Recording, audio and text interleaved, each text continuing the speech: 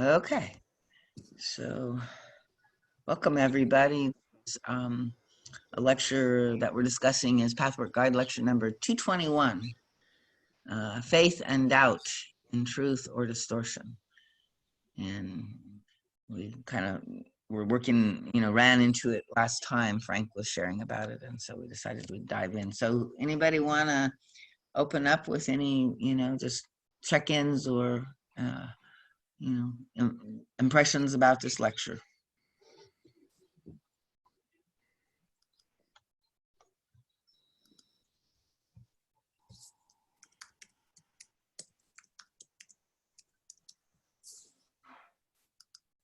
Well, I could say a little bit about the lecture. I read it twice. We actually tackled this material in the group that I host here, I think a week or two ago. And I think that this is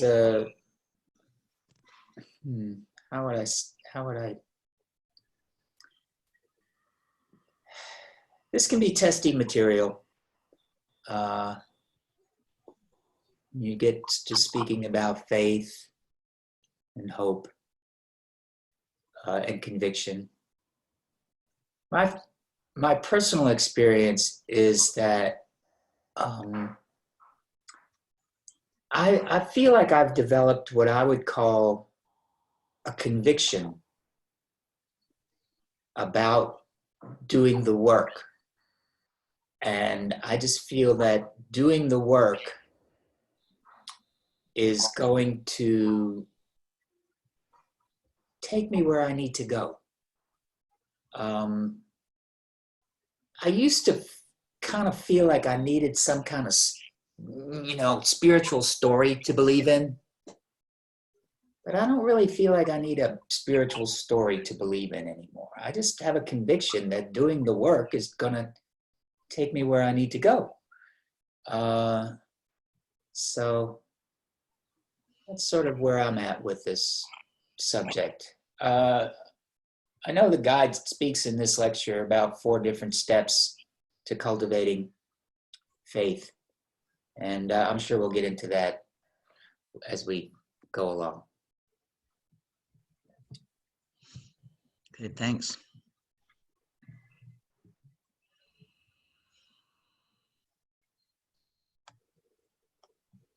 Anybody else want to chime in, or should we just go ahead and go into the lecture?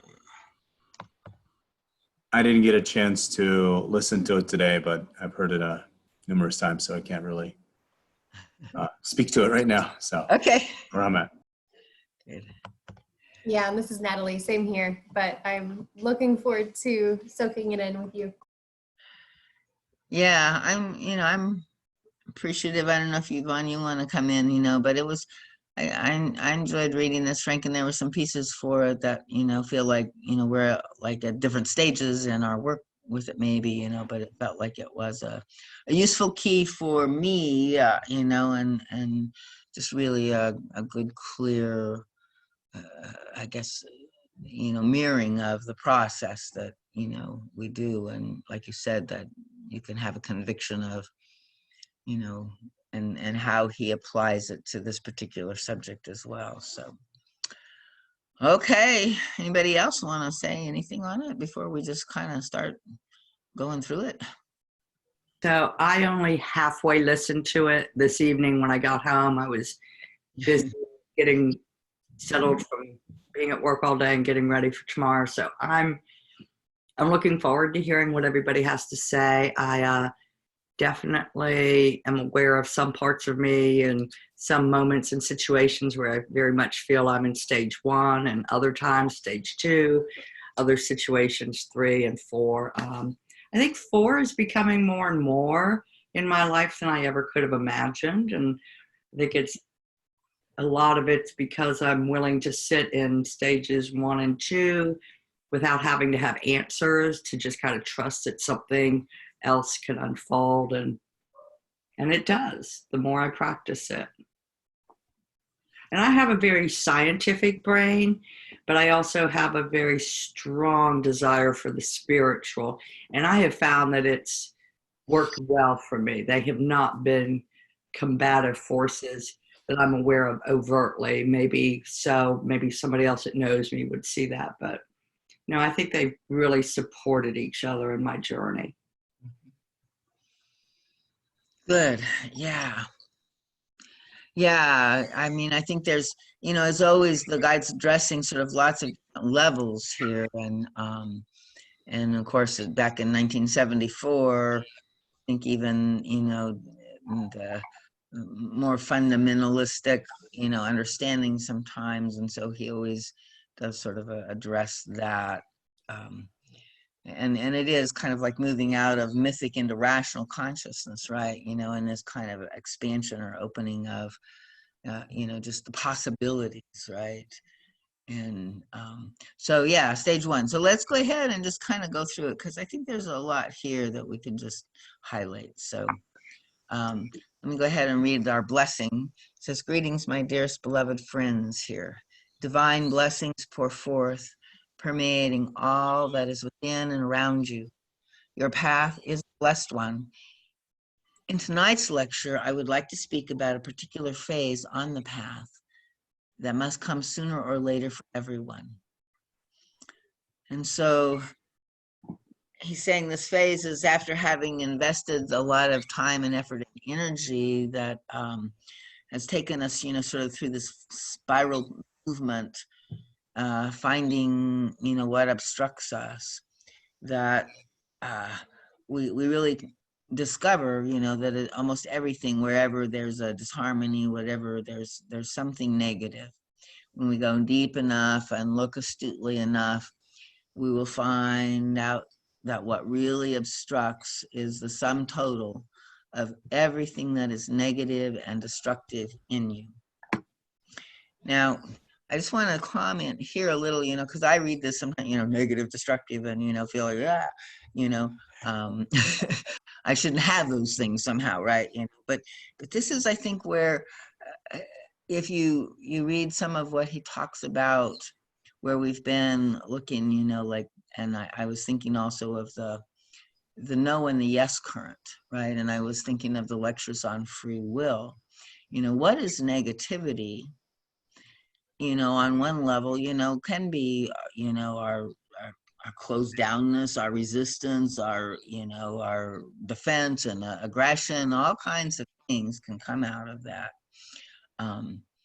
And yet at some level, it's our inner way of saying no, right? And it's like at some level, we are beginning, I think, to understand that the universe is a co-creation, and our best movement is just to say yes to it all, right? And receive it all.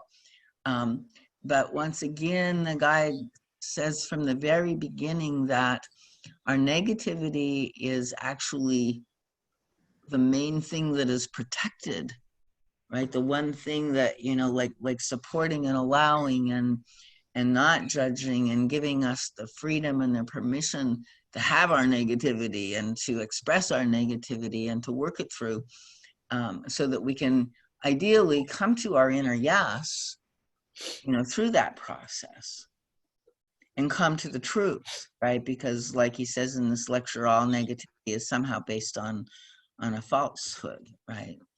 But, for me, I always have to remind myself, that yes, I have negative and destructive currents in me, and they are sometimes, they do cause the suffering, right? And they cause pain for me and other people, and there's regret, and there's all of the different anxiety, different things come out of that, right?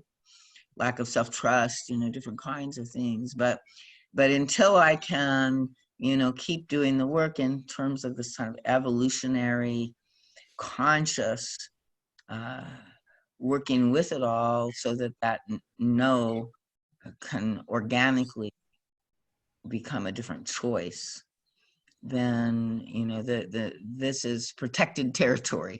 The negative and the destructive is sacred in us, right? So I don't know if that, you know, shifts things a little bit. Sometimes I think it's helpful to remember, you know, because we can be critical and self-judgmental and stuff. And then that prevents us from being able to see and wanting to know and like that. And so he's saying, you know, that then we create, you know, theories about neuroses and sickness. And he says basically there's truth in them, right? You know, and he's saying that a lot of what we did in the recent past, because we were so, for many, many years, it seems like if you look historically, you know, throughout Western civilization, sort of under this concept of the punishing, controlling deity, right? And so I think he's partly saying that our current state is, you know, being one allowed, just because it has to be a swing in the opposite direction, and we have to, you know, like allow ourselves to get out from under that idea. But then what we notice is that then we become a victim somehow. If we exonerate the individual from personal responsibility, then we can play this victim game. And so we're trying to learn that self-responsibility is not, you know, like self-blame or self-control, or, you know, not, you know, it's not like all of the ways that we think that often means, that then makes us kind of run from accepting that.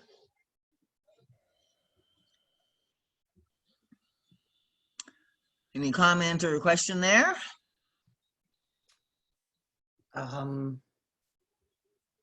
Kind of brings up a socio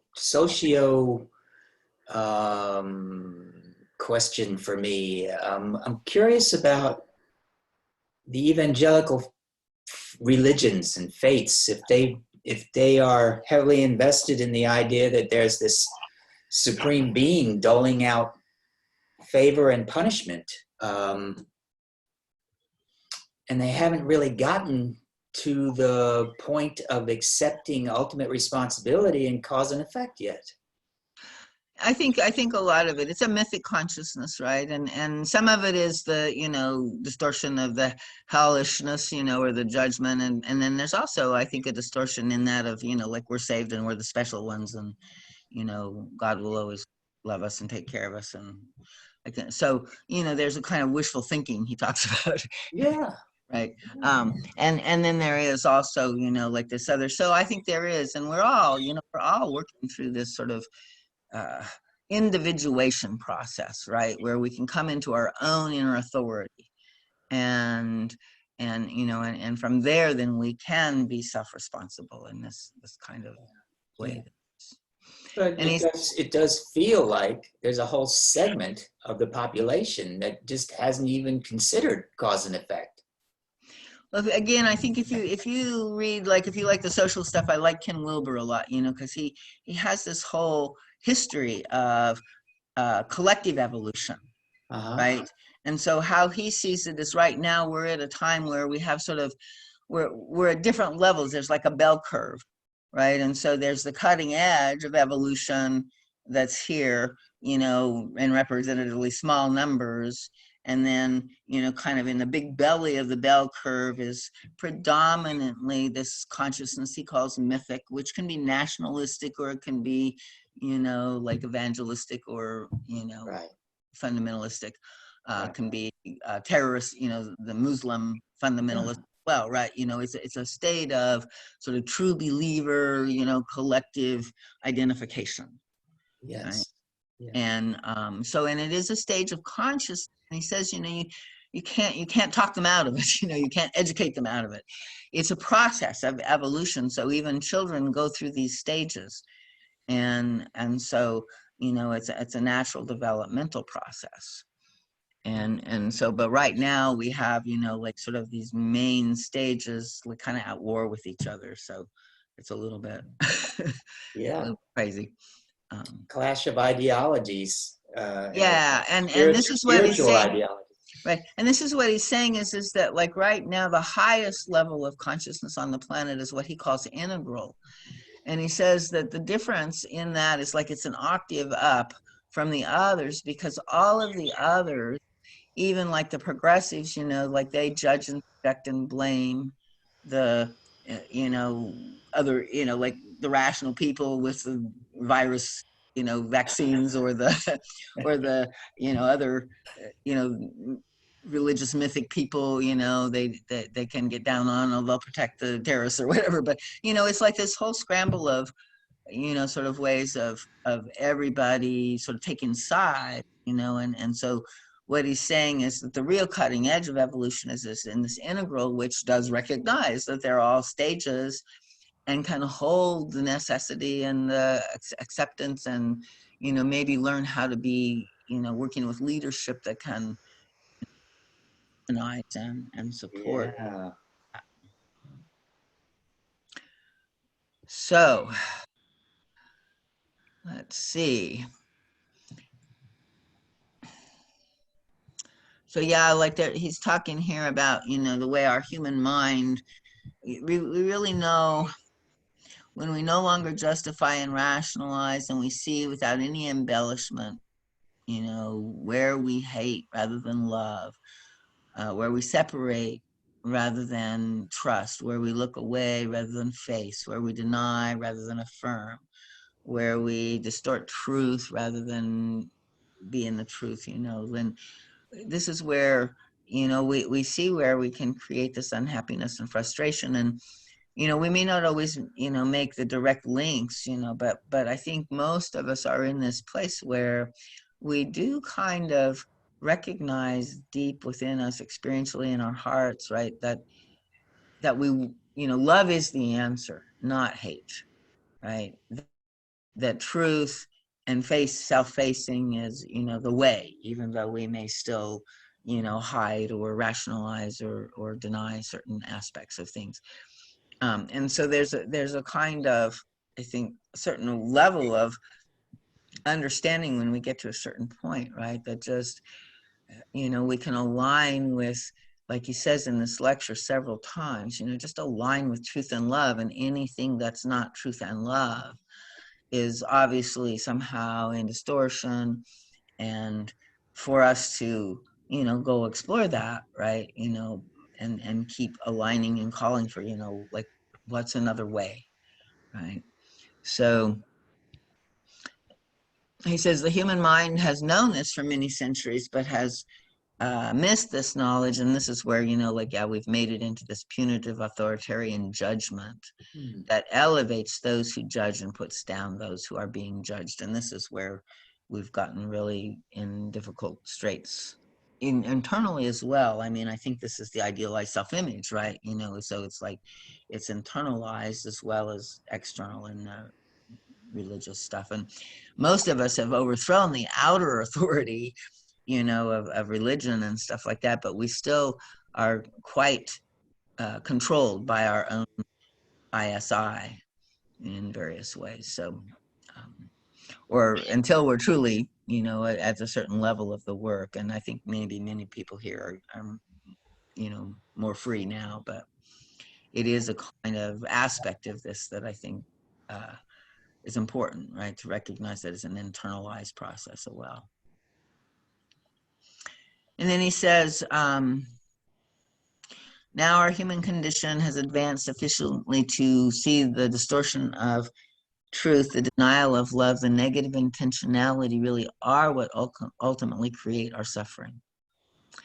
And perhaps now, without the authoritarian punitiveness, this fact can simply be seen for what it is. There is no pain that is not in some way the result of some denial of truth and denial of love. There is no pain that is not, in the last analysis, caused by a violation of spiritual law, a basic dishonesty, and somewhere an ill will. So, whenever I feel some pain, that I'm working with, some pain body that's up in me, or just like pain in life comes up, right? It's useful to kind of go to this little guide here, right? And try to understand, right, where it's not always like, again, this is sort of I don't know whether it's my mind or just how I hear the guide or what, but there's always kind of this moralizing quality, right? I think it must be my mind, but it's like there's this way that often I find the denial of truth, the denial of love, again, is just, you know, where my inner child is, you know, maybe wanting her way completely, you know, and she doesn't want to hear no for an answer or whatever, you know, but and it doesn't help her to just have the door slammed on her, right? You know, it's better to have, you know, love there, you know, holding her in truth and saying, I'm sorry, I wish we could have it this way too, but we can't, and it's okay, right? It's such a much more, you know, befriending and you know, gentle way of helping us face into the reality principle, which is a lot of what this is, right? You know, is like the child wanting the 100% kind of thing, you know, is the id basically, right? The pride, self-will, and fear is, and so we're just trying to move into that 50-50 adult consciousness, that, you know, can accept that life holds all of these other things as well. And I think the more we can do that in a compassionate way, and sort of realize that, you know, we are vulnerable in many ways, that you know, we feel vulnerable anyway, you know, like when we're identified with our flesh and our little life. And so just to, you know, not to get humble, to become small is very useful, you know.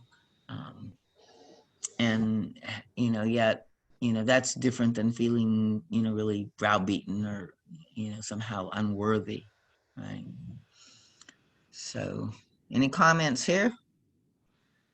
Yeah, that, you know, the concept of truth. I think a lot of people. Well, this is. I'll speak about myself. I like to try and speak about myself. In the beginning, it was like, to me, it was this, okay, universal truth, but it's not universal truth. It's your truth. Mm-hmm. It's like you have to continue to keep getting to know yourself so you can understand what your truth is and how much of that truth you're hiding or covering up or distorting. And so it's not universal truth, it's your truth. It's what the path is all about. It's like, what is my truth and why am I hiding it? You know? I think, you know, I think that's true, and I think it's kind of like it's always seems sort of both to me, but for sure what you're saying, because, you know, it's like the universal truth just can't be superimposed again, right? We have to find it from within us. Yeah. And it may ultimately be like a universal truth where, you know, we know inside, like, love is the answer, right? And that, you know, we're simply, you know, but if we're in fear, it's like to really understand, what is my truth, you know, what is the reason, or what is, you know, this cause of this fear, right? You know, and if we really get down to the bottom of that truth as well, both maybe the distorted personal, you know, image, or the reality from the little ego place, you know, but then also I think it is, for me, a lot of times when I found that, you know, my ego then has to do sort of this step where I say, okay, so I know that can't be the real answer. That's because I can tell that's a defense, or that's not love, or, you know, and so then I have to say, well, but there must be one, right? You know, I trust, that's where my faith is, that there's, you know, there is a different way of going about this, and I really don't need this defense, or I don't need to stay in this, you know, negative, fearful place. And so then I call in, you know, the ultimate truth, but it's a truth for me. It's not just for the world, you know. It's like, maybe the truth is that it really is safe, or the truth is I just long to share myself, and I need to just kind of risk that, you know. And so, you know, I want to support myself in doing that. So there's different, you know, truths, but they are also sort of like getting clear of sort of the guidelines, like the guide talks about the divine, like God is law and principle, right? And so where we're missing the mark in the sense of off principle can also help us, I think, understand ourselves and understand. I guess the closest that I might be able to come to a universal truth is to say that, you know, honesty is the best policy. You know, Exactly. I mean, that's what, that's about as close as I could come to a universal truth. But everything else to me, it seems like a personal truth. It's like, I have a feeling. I'm afraid to show the feeling. Why am I afraid to show the feeling? Because I think somebody's going to judge me. Why do I think somebody's going to judge me? Oh my God, what a cycle I've got going on here, you know? Right, right. And that's at the self sphere, you know, that happens. But it also, like, you know, you're feeling that way, you know, in some ways because there is a projection also onto the universe and onto God, the God image, right? You know, and the sense of vulnerability and you know, like significance or whatever, you know, that you know, may be a personal truth, right? But it's also a human reality for most of us. And so there's and then the universal truth that has to be brought into a personal experience is no, God loves us. This universe, you know, cares in ways that, you know, we may not always understand, you know, like in the moment, right? But that over time, that, you know, some's good and some's bad becomes all good, and you begin to see sort of the benign total, you know, love and compassion that the universe is operating, you know, within. So, and not everybody maybe, you know, at that place or see it in that way, but I think that there's certain ways that we begin to, like maybe you feel like, you know, why would you choose, do you not work with love, or, you know, see where you're, you know, in your defense, you're closing your heart or not able to stay in union, right, with somebody else. So that for the guide, union is sort of like what love is as well. And so separation is the lower self, and connection, union, love, Mm. right? So that would be to me a universal truth. So I can help myself see, like, if I'm identified with my case, and then I can realize, oh, but I'm in separation, then that can't be correct, you know. So like, so how do I find my way out of separation and back into this universal truth of union? And then I have to find the personal connection there. So I think both are right. It's like, I think it's a kind of, has to be both. Does that help you with having any examples of a universal, or does it still all feel still personal to you, Frank? Well, I think I might need to sit with that a while, Darlene, because Okay. lately I've just been saying to myself that the path is all about your personal truth. If you can bring your truth to the surface, live in truth. If you can live in truth, then almost every door will open up for you. So some of my truth sometimes is like, you know, I can really, you know, kind of drill another, you know, a person another asshole, right? You know.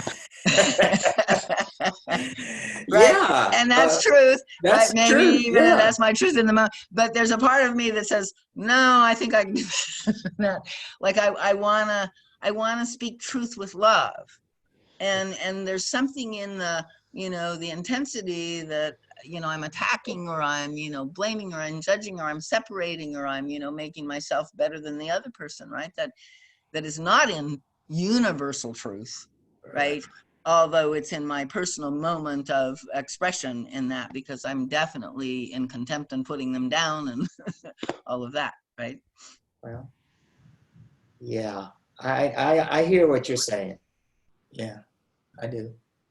I get it. I refrain from heaping anger on people myself, and then You're good at that, yeah. So yeah. and a lot of people that have that kind of control, you know, it's important and it's good, you know. It's not, you know, but you may not be so, you know, so there may be something else in you, you know, or something like, you know, that's there, But every or time you may go ahead. every time I feel like I wanna get angry with somebody, and really, I mean, just really overtly express it, I always stop and say, okay, what's going on in me that I am so angry with this person that I actually want to express it. And that seems like, well, you know, if I don't get that done, then I'm not going to be in truth. What's going on with me? Right. And So then that's a typically deeper when I truth think than about the it first long truth. enough, or feel into it long enough, it's like either I find the answer or the desire kind of dissipates. Right. And that's a different, that's a deeper level of, the truth. What is the truth in me, that I'm reacting like this, but one has to have a kind of sense that the first truth isn't justified, right? Different people have different capacities. Like, what the fact that I still do that is, part of, sort of the emotion type, right? And so the learning how to control or contain or make that pause button, is a journey for all of us. And sometimes I do it, and it's harder for me sometimes when it's people that I see, and this is part of what I've been trying to do, because this lecture also speaks to this, right? Is like I can expect from people a certain level of service, right, when I see them in their roles as service people. And then when the systems are so screwed up the way they are these days, it's like this part of me that just can't understand why we can't get it together comes out a lot. But so, and for me to, like, this lecture really spoke to this place where I need to go where there's a deep dedication, a deeper dedication than the one I have now, right? And, seeking that same thing, this pause that you're speaking in, this ability. But since I'm, sort of holding back against a team of horses that are, dragging me into that kind of energy and engagement, that's the pattern, the habit, and there's negative pleasure, there's negative intent, so it's like there's a way that I have to continually rededicate, and kind of look at and seek guidance, and how can I really see these people, from the place of my heart, where I see most people. Like, I mean, I wouldn't treat my workers that way, right? So but it's like where we have our dependency needs, where we have our inner child, all of that. And so it's a journey, and this is where he's saying there are these stages. And I think the stages of faith and doubt are, in a way, the stages for all of the transformation work that we do.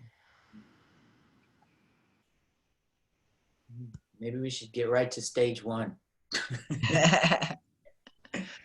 So let's see. So we've worked a lot on our misconceptions and, to commitments towards new ways of being, to ask the inner grace of God to help you change. And this is, I think, very important as well. And then he adds that we have already changed a lot already. And so, like, we have these areas that haven't yet, but those areas need. And then he says, those who arrived at the full recognition of their negative nucleus that creates their unhappiness, their guilt and self-destructiveness, but cannot find the way out, will find this lecture not only helpful, but necessary. For this larger particular aspect or hurdle on your path, I want to talk about the true and false concepts of faith and doubt, about the duality that can distort faith as well as doubt.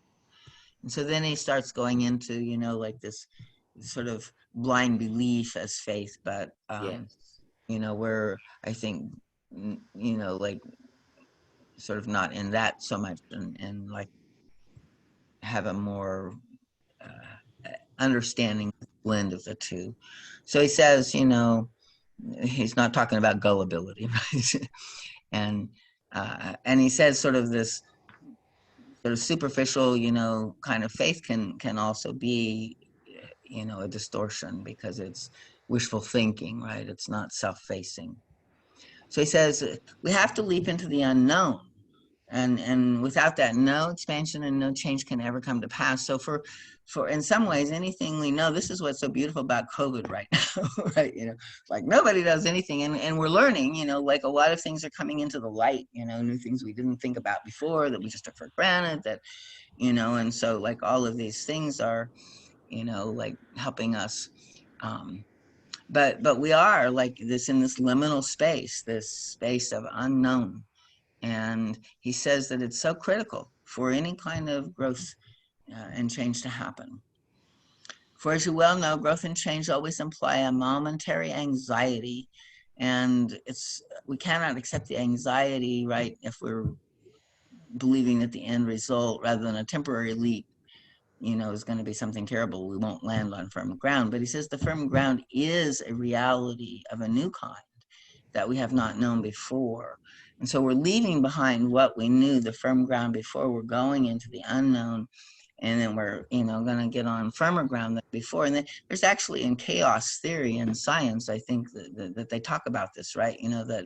That a structure will, if you keep adding energy to it, it will go into a chaotic place. But if you keep adding energy, it will leap into another order of organization. So in some ways, like a lot of what we're trying to do is learn to tolerate this unknown and this space. And that to me is, where we can ground in, I think a lot of the Adi Shanti and some other people I've been reading lately, they're calling it the groundless ground, right?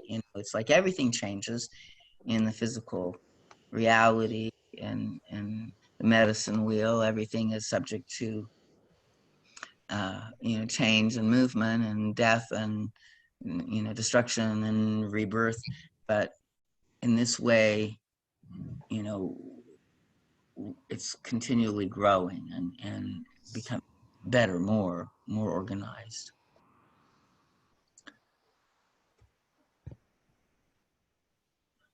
So what is the real concept of faith?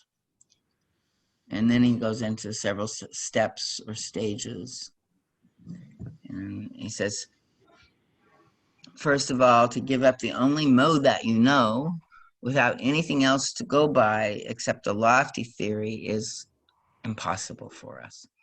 And therefore, we need to clearly understand what to expect of the stages that we have to go through to acquire a new and better way of functioning and to inhabit a new and better reality expanded beyond the narrow confines of the fenced-in present. So first of all, we have to consider that such a new way is a possibility.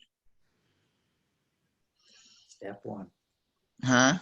That's step one. Yeah. Consider that there is possibly some other possibility than what you've already considered. Exactly. And he says, unless we do that, there is no, like a closed mind, that no new knowledge can come in. No new idea could ever present itself to human mind unless that mind made room for this possibility. If the mind is closed to any new idea, none will come. So the process of making room for a new, as yet veiled possibility is a substantial first step in practice. Well, I always think about when I read that, the first thing that came to my mind was the idea that I made a plan for this incarnation. That, when I first heard that story or ideology, I was like, oh wow, that's going to take a while. That's going to take a while for me to really accept it. I just can't accept that right away. Because there's just too much implication going on there. If I made this plan, then why this and why this and why this and why this and why this? So that, that's what came to my mind when I read that first step. So that first step then is just considering another possibility, including maybe the one that, even though it seems a little beyond the, that you might have made a plan. Is that what you're saying? Yeah. Uh-huh. Yeah. And how, like and as hard as that was for you, because it just seemed like sort of so much to reconsider and, you know, conceive of, that, but the ability to be open and not just close down and push it away and say, yeah, that's, Right. you know, right. Well, and I also it's like I understand it now, but I didn't understand it at the time, that the reason I initially wanted to reject that was that even though I probably didn't understand it intellectually, I just felt like, oh, well, that changes everything. Then I have to be responsible for everything, if that's the truth, you know? And I didn't want to be responsible for everything. Yeah. Yeah, and if you looked into that, you know, for me anyway, it was like the reason why I could not bear that responsibility was, for me it meant I was to blame for it, or there was something wrong with me that, you know, caused it. You know, it's like, so I had to work a lot with separating self-responsibility from self-judgment. Mm. Right. Yeah, because you can't help but sometimes look at yourself and say, boy, I'm doing a really lousy job. If I'm responsible for this, I don't like what I'm doing. Yeah, what's You wrong with know? me? I must be doing it wrong. My soul had a lot more expectations of me, and I'm just doing a lousy job here of it. Right. So so for me, you know, it's like, yeah, I mean, it is a hurdle. That self-responsibility thing is big. And like you said, you know, I think, you know, to this day, there's no way that we can actually understand everything that befalls us and where it came from and why. You know, it's like you said, it's more important just to see, you know, where we are in disharmony, where, you know, we are in negativity, and keep seeking to, you know, find a deeper truth in another way. Yeah, but you know what? When it finally did like seep into my being, Mhm. and I accepted it, that okay, this is, yeah, you know what? After sitting with it for a long time, it made sense. Okay, and Yeah. I was like, yeah, this makes sense. At that point, it was like, okay, now I have a connection to the divine if I want it. You know? Mm-hmm. No, So exactly. Yeah. yeah. So the guide said, you know, like he tells us time and time and again, you know, it's like we avoid it, but it really is, you know, a very positive, you know, thing. You know, it's not this heaviness that we imagine it to be, you know, but really gives us a state of empowerment, for one, you know, and then, you know, as long as we're not, what I see a lot in people that come, you know, in pain, is they just want out of pain, right? So there's this kind of impatience and pressure and get rid of it, and I want out of it, and you know, rejecting of it. And so, you know, to me, that's kind of like we have to kind of, part of that self-responsibility is to breathe and allow ourselves to just really know that we can be with what we are and what it is, and you know, we can sit with it and discern and find another way, right? We're not going to be able to just, you know, figure out, you know, like we either want to get rid of it or we want to leave, or, you know, like, so there's these splits inside of us, and we just kind of go back and forth and stuff. So I think it really is this, you know, place of, as we can find the freedom and the power in that acceptance of self-responsibility. And then we still see, I was really relating a lot in this, you know, like I'm sort of aware that there's an aspect of my personality, right, that does not do very well with, you know, like, oh, let's fast, or let's give up something for Lent, or let's, you know, deny oneself, you know, for you know, the guy actually, I think, has a lecture where, you know, he says, if we can give something up for God, you know, we can make leaps and bounds. Well, I don't do that very well. And so knowing that, you know, it's like, I know that's always an edge, you know, kind of a cutting edge in front of me, right? And at one time, you know, I would have made a lot more self-sabotage, and I would have made myself a lot more unhappy about that, right? Now I'm taking responsibility. I know it's there. I don't know how to get through it. I'm, you know, seeking and asking and you know, encountering it in my life in different ways, right? And so I don't have a solution for it yet, and I don't have to make myself sort of do something to fix it, right? I can just be in this learning process. So I think that's another aspect of kind of healthy self-responsibility with things. Yeah, I think there was a Q&A in which somebody asked about, not my will, but thy will be done. What is it that I actually have to relinquish? And the guide answers, like, you don't have to relinquish anything but your negativity. you know? Exactly. Yeah. And yet, it's like God will fight with every bit of, God's power to give us the right to stay in our negativity as long as we Yeah. need to and want to. Yeah. So, it's like Free God's will. love is unconditional in that way, right? And I think there's a part of our child that kind of needs to have a sense of that. That's what our free will is Exactly. all about. Exactly. I think Yvonne just left us. Yeah, I think she did. Yeah, we didn't get a chance to say goodbye, but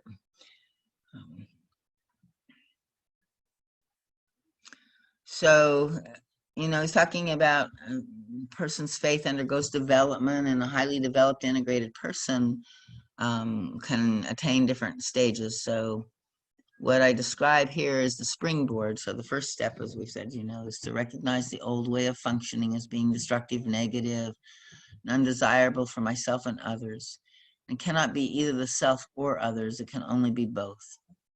I do not know yet that there is another way, and if there is, how it would be. I do not feel such a new modality.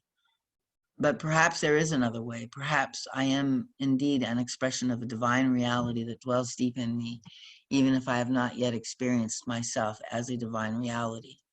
And if that possibility exists, it has also the wisdom to convey to me how I can find another and better way of functioning in this or that particular area. I will simply be receptive to this as a possibility. And again, he's saying it's a realistic, approach and an effective meditation. And I think there's a way also where further down, it's like he talks about, like, so we recognize that we're doing this, and we even know that there might be another way, but there's a way in which a part of us still doesn't want to choose that, right? So let's see. It says, first of all, we have to consider the alternatives that are as yet unknown, that's an honest attitude. It's objective, it's humble. So the first leap into the unknown, into this new, takes place in this frame of mind. This is not to say that there will be no anxiety, for all new experiences connected with anxiety, but it is an anxiety that is quickly and easily overcome. So, and this is, probably a good example he gives here, where we find ourselves secure only if we issue forth negative judgments, if we hate or put down others. So I can apply this to that particular, example that I was speaking of. And you will find that, we can be secure without destructiveness, right? I can feel that there is some kind of insecurity in this place, right? It's clearly a defense. Why I feel so insecure is a little bit of a mystery, because when I analyze the reality of it objectively, it doesn't make that much sense. But the feeling state, right?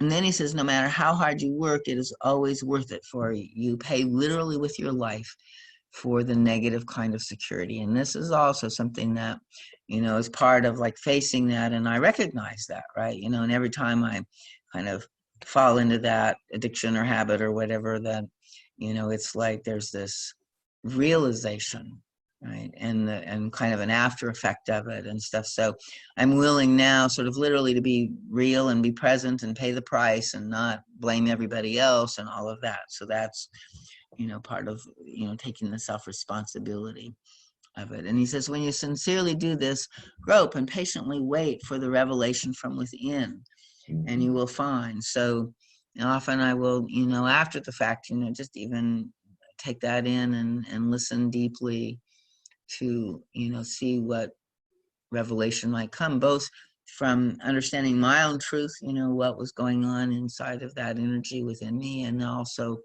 what is a greater divine truth, right? Where am I missing, some, where am I in unreality in my own approach to this? So the time will come when you will discover the new modality in which you can function in an entirely new way without conflict between security and self-esteem in the false sense, and where we have to be negative and hating, and can be open and positive and loving. To find this new firm ground that is conflictless, and this is always a good way to know, where if you're in a place where you're working is where you're in conflict internally. So we're seeking this place that's a ground of conflictlessness. It's hard to say. You must make a leap into an unknown new possibility. And that's always true. It's a good way to see, like, whenever you're split and you're in between, you think, well, it's the truth this side or is the truth that side? And it's always useful to realize, no, there's a truth and a distortion on both sides. And if you can take and go and work that, like, what's the truth in this side and what's its distortion? What's the truth in this side? What's its distortion? The truths will unify and the distortions can fall away. So that's another way of sort of unifying. He says, then the second step in faith requires a bit of more of a leap. And with this leap, we open ourselves to the divine ground within you, so that it can supply the knowledge that our intellect cannot find. Yeah. So, and this is, and this is, go ahead, Frank. It's a big step. Yeah, I think, it's also like just a kind of, again, willingness to consider the possibility, right? And when we're in these places where we're instructing ourselves or we're working with our inner voices, right? I find that it's often accessible in some way, like, because I can tell, like, okay, I hear the voice of the child, and the child saying, I don't like this, or I'm afraid of this, and my adult saying, yeah, me too. It's like I don't have anything to offer of wisdom to the child in that situation, right? And so that's the key for me. When my grown-up doesn't have an ability to hold a space or an understanding of what might be a better truth, or how I could be letting go of this thing that I'm attached to in some way, then I see just to open, like, okay, I don't have a clue. I go into that not knowing, into that unknowing place, and from there, that sort of is like a void that can be receptive, can allow. And usually if I'm sitting in, the space that I'm working in, oftentimes some new insight or intuition or connection just kind of pops in, right? And then we begin to have faith that there is more to our mind than just our rational intellect and our, the places that we'd all thought before, right? That the mind keeps. Yeah, it's like we're asking for some higher part of ourselves to deliver a new insight or feeling or something. I have a question about this. So when we discussed this in my group, there was one person who was really stuck at this part, and I said, well, how do you feel about praying? And she said, oh, only people who have faith can pray. And I was like, that just didn't land on me really right. But how do you feel about that? Well, I think the guide would probably say, like we can internally give it a kind of scientific try. It's like if you never sort of ask a question and then open yourself to see if you get an answer, and maybe the only answer you get is just your own thoughts, right? And a lot of times that does happen, but I think, we have to seek it in a way. We have to like risk, that's that leap. And I think, yeah, if we're denying that, then there's probably something underneath that, and again, she's talking about this lecture, and there must be some block that she has, like, maybe to explore what her understanding again of faith is and why she doesn't think she has any, right? Because we all have faith, right? It's like, but I think again Some degree, yeah, and in our culture we get it mixed up always, with this image of God, right, that we've been passed down or something like that. And so a lot of times we're just in this territory that's kind of all contaminated with a lot of stuff, and have to just take some time and break it down. Yeah, there was another lecture Q&A. I think the guy said, to the degree that you know yourself, that's how much you know God. Right, and it's that's where to start, and it's fine, like, so she doesn't feel like she knows how to pray in that sense, so maybe one could just suggest, okay, so does she have an internal does she have an inner dialogue at all? Does she talk to her kids? Does she have like any sense of other parts of her self, or does she see herself as just sort of one monolithic being, which a lot of people do in the beginning? Yeah.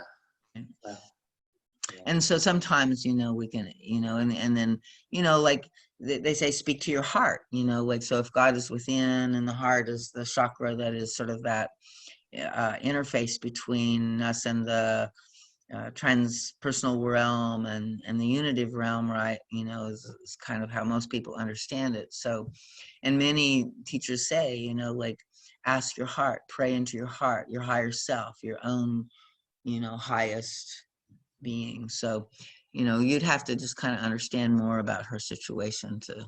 I think maybe also experientials are designed for this purpose right Exactly. here. It's like, do this. Even though you have a resistance to doing this, please Exactly. just do this and see what happens when or while or after you do it. Right. And there is nothing that we are expecting, it's just a notice, like what comes up for you. And maybe what comes up is, I don't believe this shit, this is crazy, it's not gonna work, but that's in itself, grist for the mill. Yeah. So yeah, good.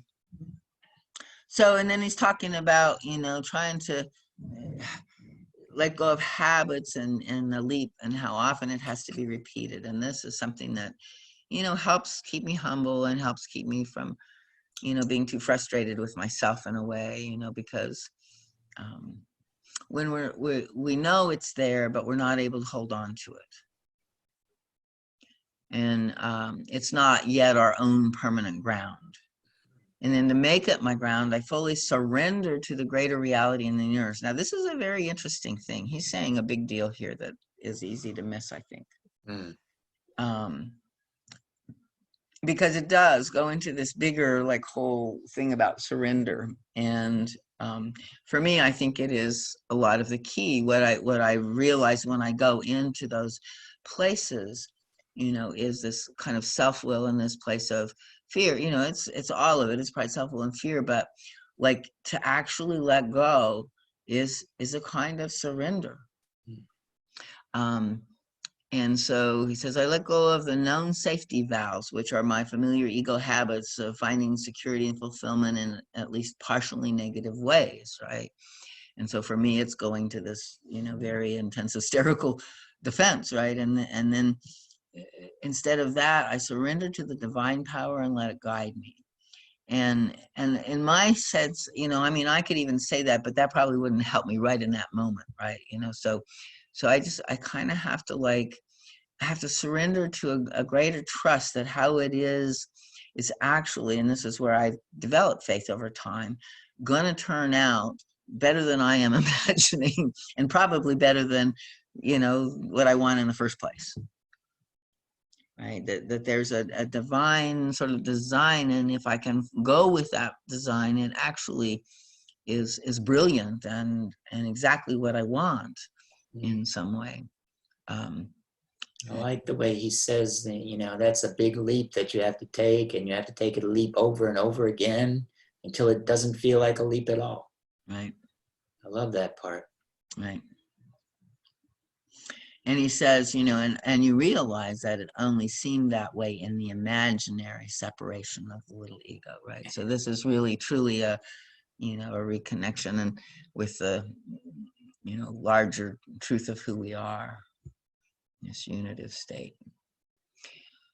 And he says at this point, we're not in an unknown totally because we've gained glimpses of reality, in the course of the second leap. And that's what I was saying, like there's been so many times at 69, that I faced death and destruction and, come out the other side and kind of like scratched my head and well, that wasn't what I thought it was going to be.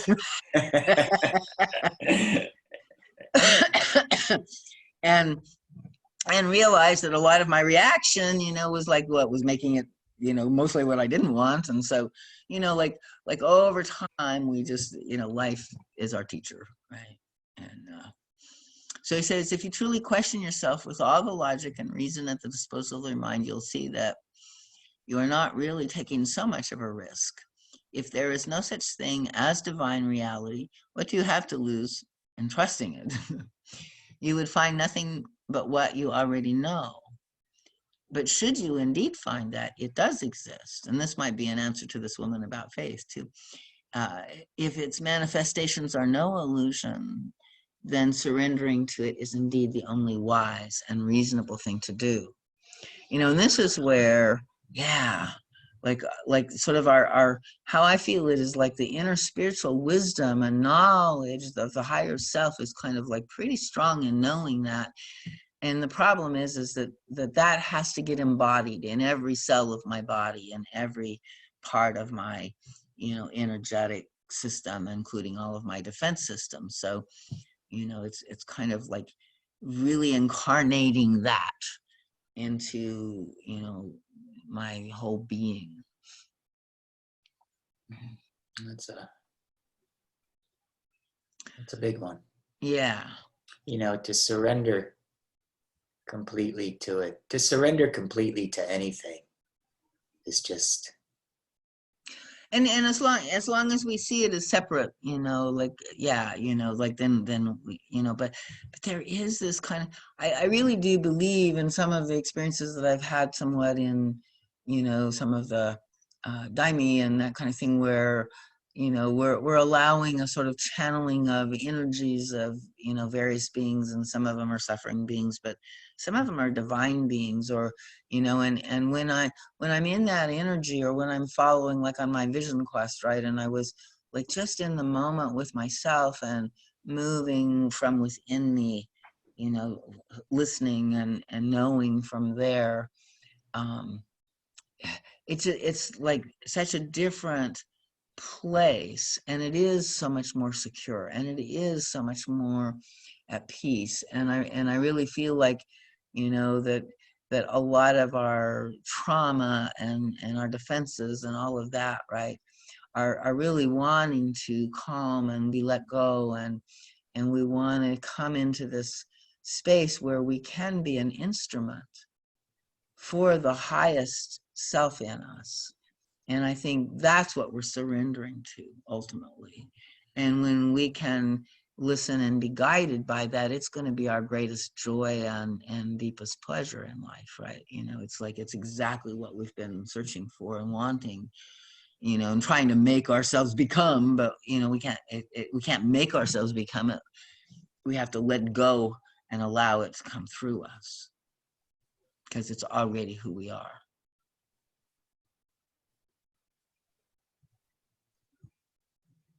How are you doing, Jacob? Natalie, you've been quiet out there.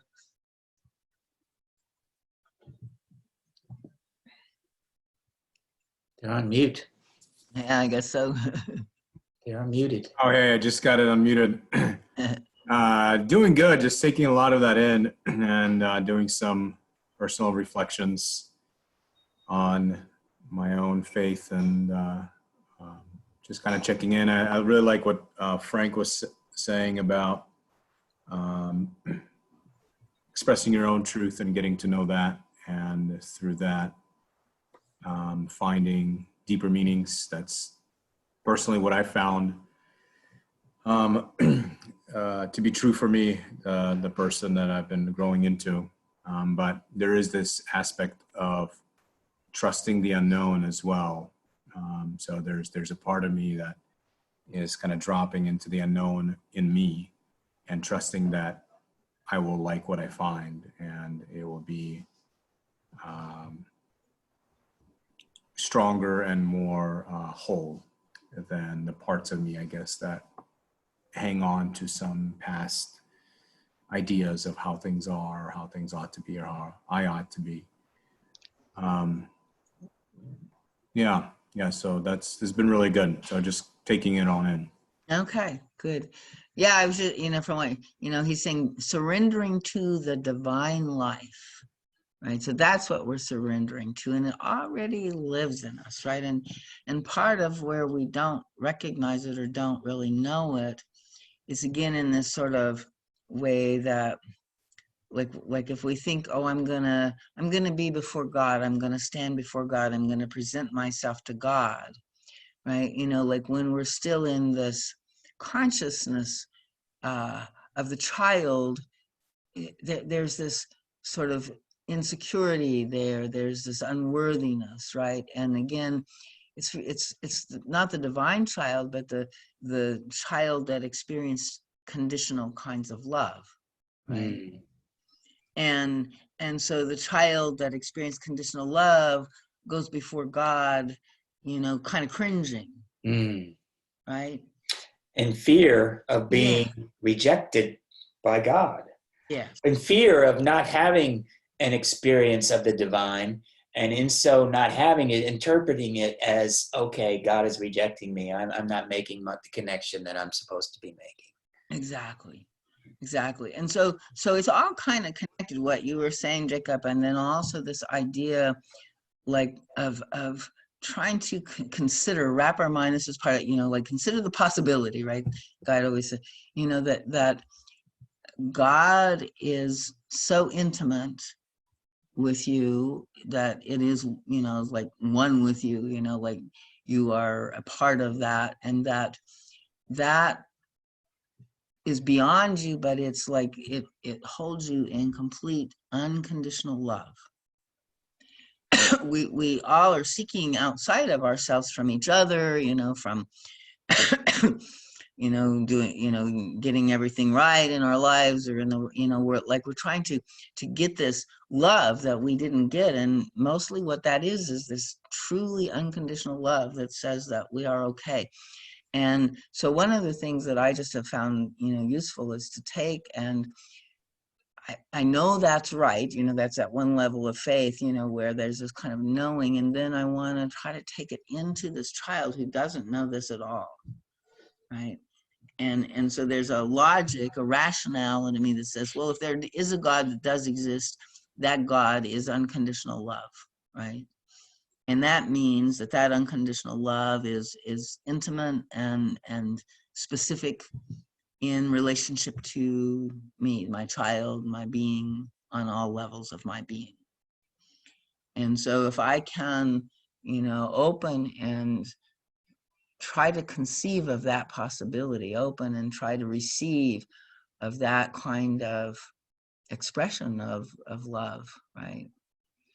Kind of energetically let it come into me somehow, and to look at the sun in some ways, like just radiating on everything, like good, bad, like it's like this active expression of, connectedness and giving forthness. And when we can feel that, there is a possibility for, God to feel like, then we might risk that connection. I think you saw the movie No Solar, Frank, that, when the beings of light were reaching into the darkness, kind of trying to call the suffering beings out of the shadows and into the light, right? They all shrunk back, right? Because the light is scary to them. It's like we don't feel deserving of it. So there's a way that part of this work that the guide is also, saying we do in taking self-responsibility and finding ourselves and all of that is that we also have to come to see ourselves as worthy, and to shift our identification from all of our imperfections and our pain bodies and our lower self problems or whatever, like to take responsibility for them, but to shift identity, right? And know that who we are is this soul that is taking responsibility and, is doing the work and wants to love, right?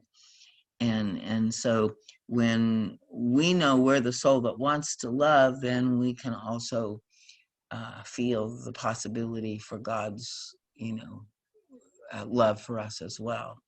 And even when in the moments that we don't want to love, right, we can know deep down underneath our greater truth is the yes to love, right? And it's a temporary reality of the lower self that says no. And in that, now we align with God and are godlike, and I think can also, access the healing and the guidance that we need, in those kind of connected spaces. Yeah. I think a lot of people forget that every moment is temporary. Have you ever heard of somebody say, I am what I am and I'm never going to change? I mean, wow, that's just like, oh my God. Can I just like get the knife and stick it in you right now? Is that what you want? I am what I am and I'm never going to change. Oh my God. Ouch. Yeah. And even in small, I mean, like I don't think any of us do that, but there are certain traits, that we might have that we still sort of feel like, like I can't seem to ever, get that changed. And I think he kind of does address this here, like as well in this lecture, certain stubborn places in us. I seem to run up against this with atheists. That they won't change. They just, they're like, okay, I don't believe any of this. It's like, when you're dead, you're dead. That's like, when you're dead, you're dead. It's like, wow. You really want to believe that? Right.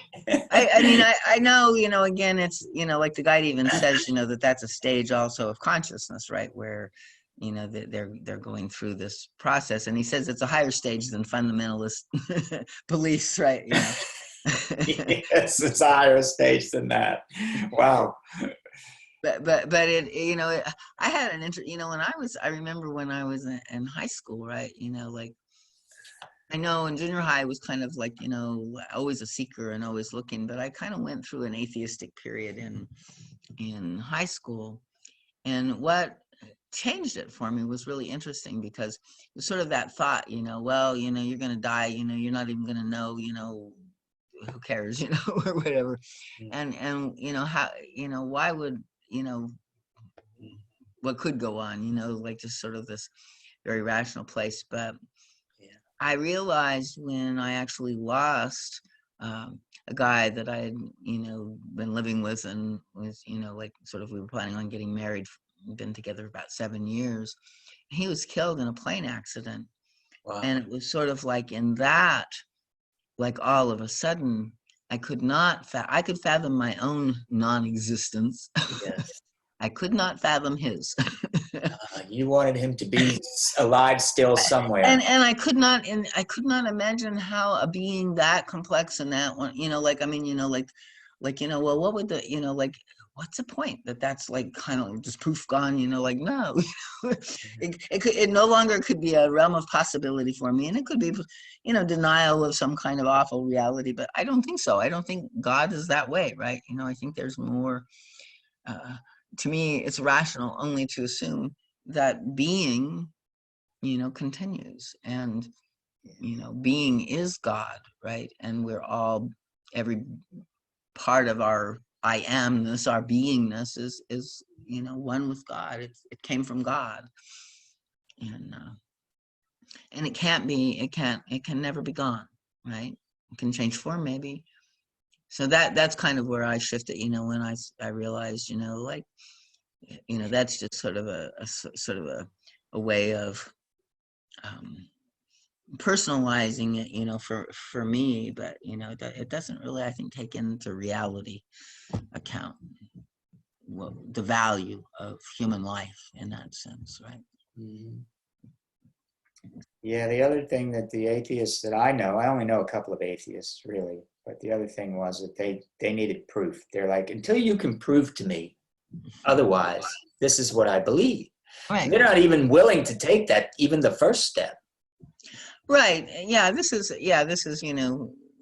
sort of a rational, materialistic, approach, and it is this section, like the Ken Wilber talks about how this showed up in human history, like around the age of enlightenment and science, Yeah, the science. development of science, Yeah. and up until then we were, for the most part, just mythic.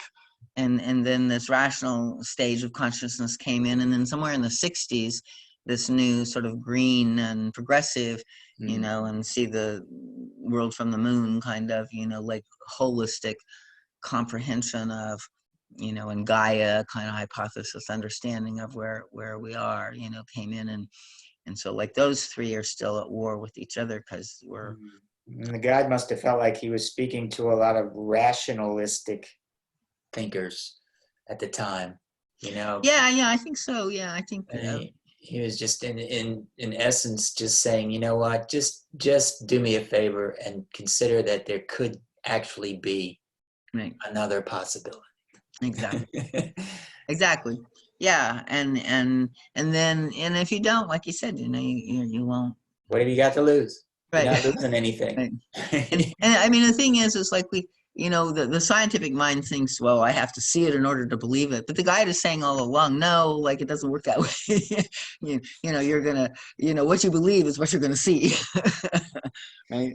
Well, then science comes along and says, you know what? There's a whole nother matter that we can't even see, and it's called dark matter, and we really think it's responsible for how much of the universe actually works. All this dark matter that we can't even see. And right. And so this is where rational, like Brian Swim talks about science as being the yoga of the West, right? He says, but it's only 400 years old, so it's like, it doesn't know much yet. We send our scientists off, tell us the truth about but they are coming back. And now, a lot of our like fundamental physics and stuff looks more and more like, Hindu mysticism or whatever. So, yeah. So I guess we're coming on our time. Let's see, how much do we have to go? A little bit. We haven't even gotten to the doubt part yet, but yeah, I tackle that on another night. Actually. Right. Yeah. Yeah. He goes into the whole, like the other side of it as doubt and faith and distortion and divinity. So, but I really do like, how he works with distortion and divinity on both sides of two sides. So that's a good thing to always apply. And then let's go ahead and kind of complete, I think, where do we want to start? Yeah. He says, there is a key to how you can always find the unity, the right faith and right doubt, and thereby come out of ill-placed faith and ill-placed doubt. That key I have given you. It is your dedication to truth and love.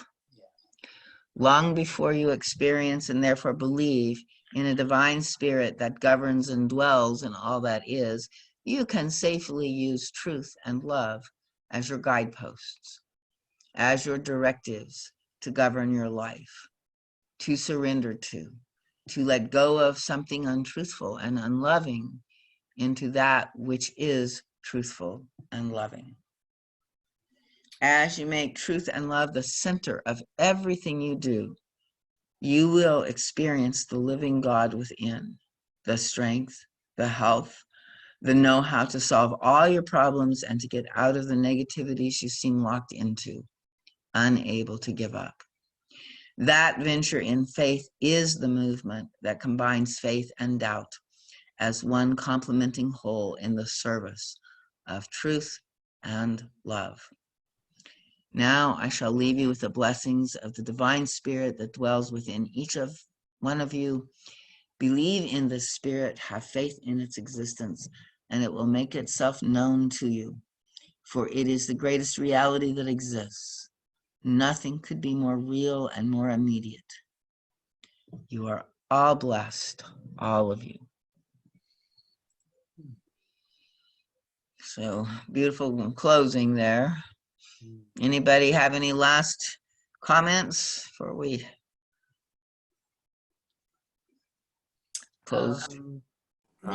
Sometimes I get a little stuck on just the universal word love. So it's like, okay, how do I know how to be in truth. I have a much better idea of how to be in truth than I do on how to be in love. And, like in just like to express love for people that I really don't like.